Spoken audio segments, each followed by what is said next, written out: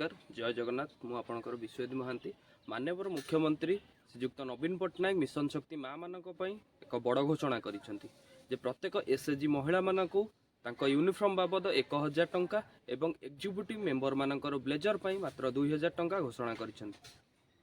एही योजना रे 70 लाख महिला माने उपकृत होबाकू जाउछंती जो सरकार 730 कोटी टंका खर्च करिसेंती। एथर मिशन शक्ति माँ मैंने गढ़ा जाऊँगी नवीन ओडिशा वीडियो देखापी आपण मैंने आम चैनल को लाइक शेयर सब्सक्राइब करने को जमार भी भूलु ना जदि आप फेसबुक माध्यम देखुं ताहले फॉलो करने को जमार भी भूलु ना जमार भी भूलु ना। रोचु नमस्कार।